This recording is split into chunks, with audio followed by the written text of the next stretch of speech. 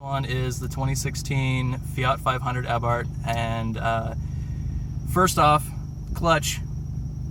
It takes some getting used to. It's not bad. It's actually a really easy clutch to work. It's just a matter of actually finding the bite point.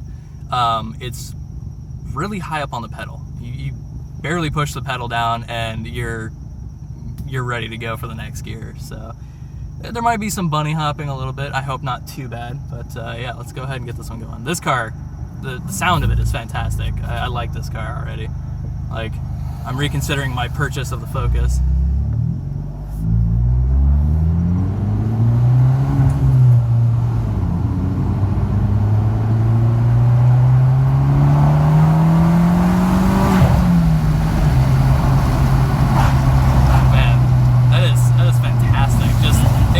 So hard for such a little engine, and again, it comes down to the same setup as the 124. It's light.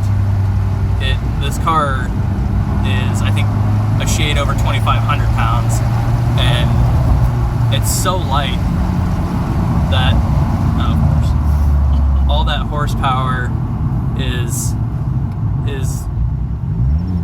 it's a lot.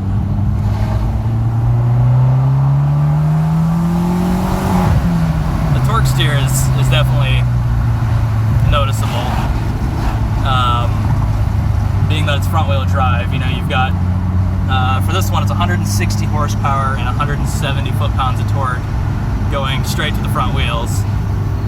And the car handles fantastically, but once you start digging into the power band, that torque steer it's very noticeable. It starts dragging it to the left. But honestly, that's negligible. Right, this is the 2016 Fiat 500 Abarth. There is a little Scorpion logo there. Oh, let it focus. There we go.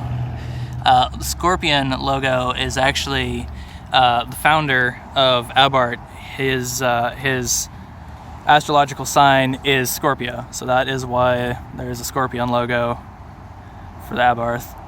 Or Abarth, I guess I should say, is the proper pronunciation for it. I love all the little touches on these. You've got your Abarth little stripping here. You've got another Abarth logo right there. You've got these little alloys.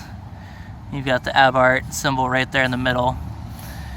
This one's sitting on Pirelli P0s, or yeah, P0 Nero. These are 205/40 ZR17s. It's just a fun, quirky little car, and man, I gotta tell you, driving it, this thing is fantastic.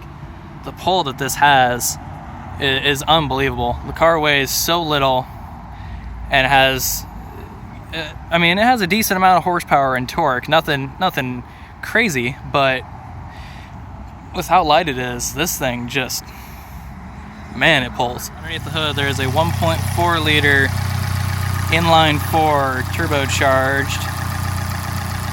It is 160 horse, 170 foot-pounds of torque.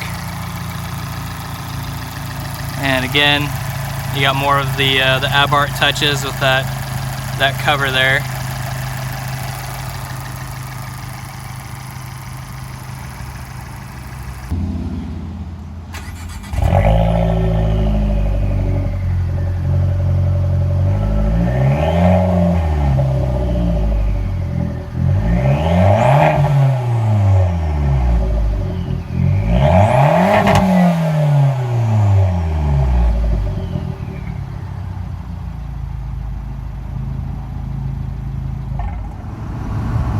This thing though is fantastically fun. So shift down a second here. So right now we're doing 30 miles an hour, and this is in second.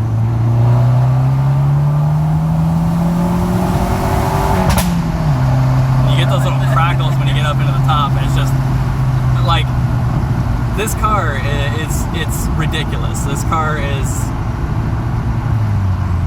it's hard to describe. I mean, it's not a small car. This is like a Ferrari in because they don't fit. I mean, inside the car, the back leg room is pretty much non-existent.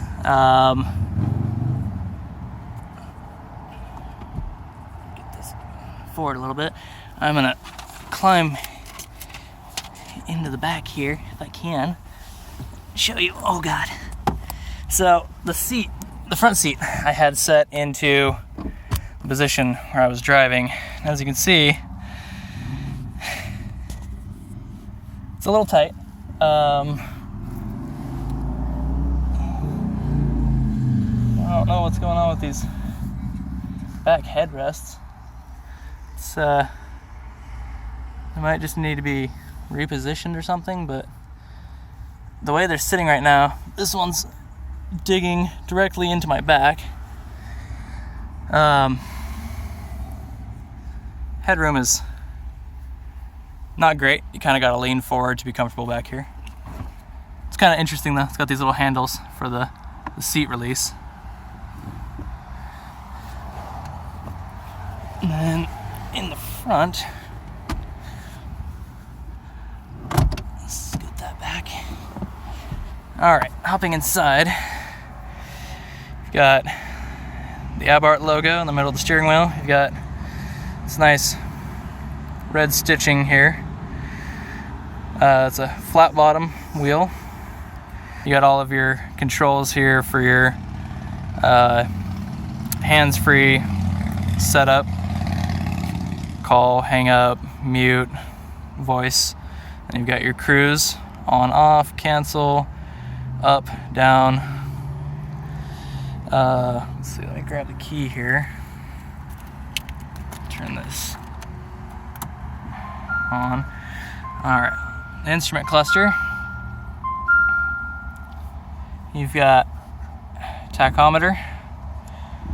You've also got your temp here. And then you have on your little display center here, you've got the temperature outside, the date, speedometer, time, how much is left before you run out of gas. This should be how many miles you've driven. And then your instant miles per gallon, current gas. And then you've got all your buttons here for your menu options. You can turn on shift light. You can turn that on and off.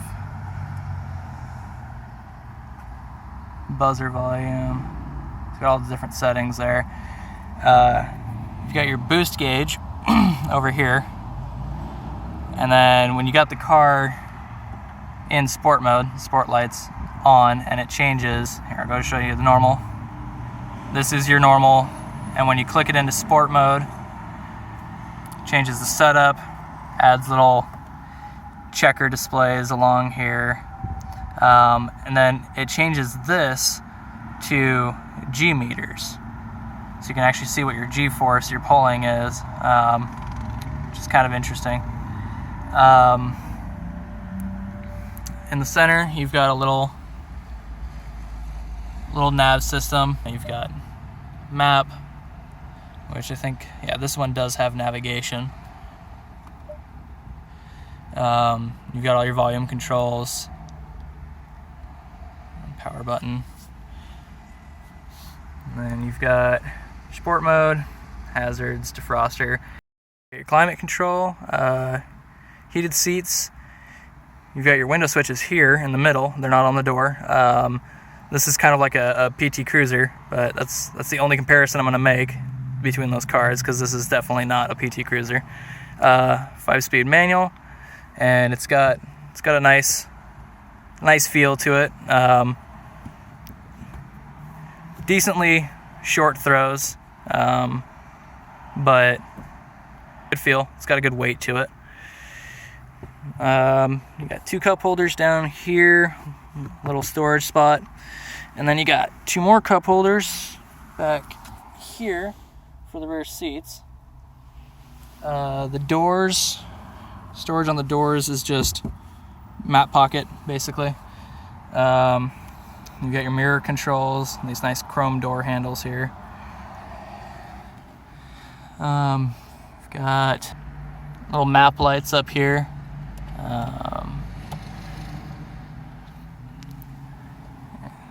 And yeah, overall it's a decently nice interior. The seats, I've got a mild bolster going on the base and on the back. The seats, they're a little firm. They don't have a whole lot of give to them, which is nice. But at the same rate, because of their firmness, I don't know, it's just they're not super comfortable. And these bolsters, they're pretty wide bolsters. For me, I'm a fairly average guy, and these bolsters really don't hold me in very well when you're taking corners. So I don't know. As weird as it is, this car is tiny, but I think for these seats, I think a bigger guy would actually be better off in this car. Legroom isn't bad up front. This is about the ideal sitting position for me. You've got the center console here, but overall it's a decent amount of leg. Fairly small, as you would expect. The car's not very big. You can fold the seats down.